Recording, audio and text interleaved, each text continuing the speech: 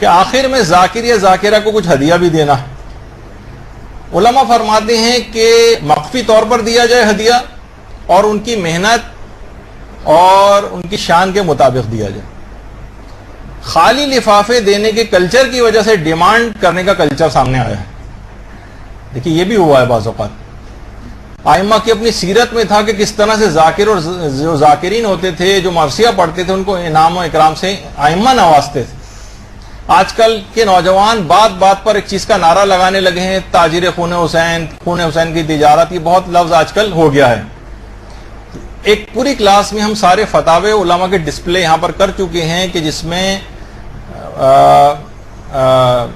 ان تمام چیزوں کی ہدیہ لینا، اجرت لینا، یہ سب جائز ہے فقہا کے نزدیک.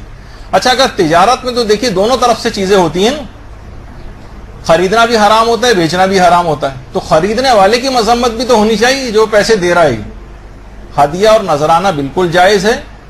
اور کتنی دیکھیے عبادات ایسی ہیں کہ جن کی اجرت لینی جائز ہے، اس میں تو کوئی نہیں کہتا. حتیٰ کہ جو سب سے زیادہ تاجران خون حسین کا جو نعرہ لگاتے ہیں کہ لوگ حرام کام کر رہے ہیں، وہ جب خود اپنے والد کا انتقال ہوتا ہے تو ان کی نمازیں پڑھوانے کے لیے نماز اجارہ کے پیسے لے کر گھومتے پھرتے ہیں. ارے بھائی پھر اس کی کام کی اجرت آپ کیوں دے رہے ہیں؟ یعنی نماز کی اجرت آپ دے رہے ہیں؟ نہیں، شریعت اسلام نے جائز قرار دیا. روزے کی اجرت وہ جائز ہے، مرحوم کے روزے کی اجارے کے اوپر رکھنا. قرآن اجارے پر پڑھے جاتی ہیں، ان کی اجرت جائز ہے.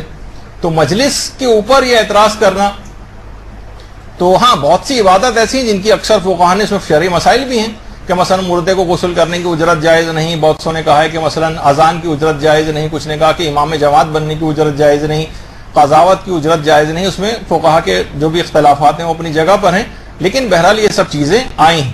اچھا اگر امام حسین کے نام پر ہر اجرت حرام ہو جائے تو اس کے معنی یہ ہوں گے کہ یہ کہ تبرک کی اجرت بھی جائز نہیں.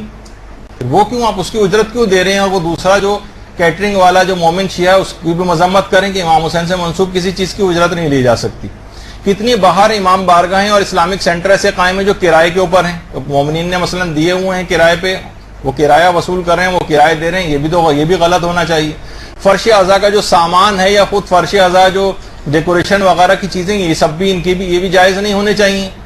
تو یہ تمام چیزیں ایسی کہ اپنے دماغ سے کوئی فقہ نہیں بنانی چاہیے. اصلاً یہ جب فقہ عزاداری کے موضوع پہ گفتگو ہوگی تو وہاں یہ سب چیزیں اور اپنی تفصیل کے ساتھ آئیں گی.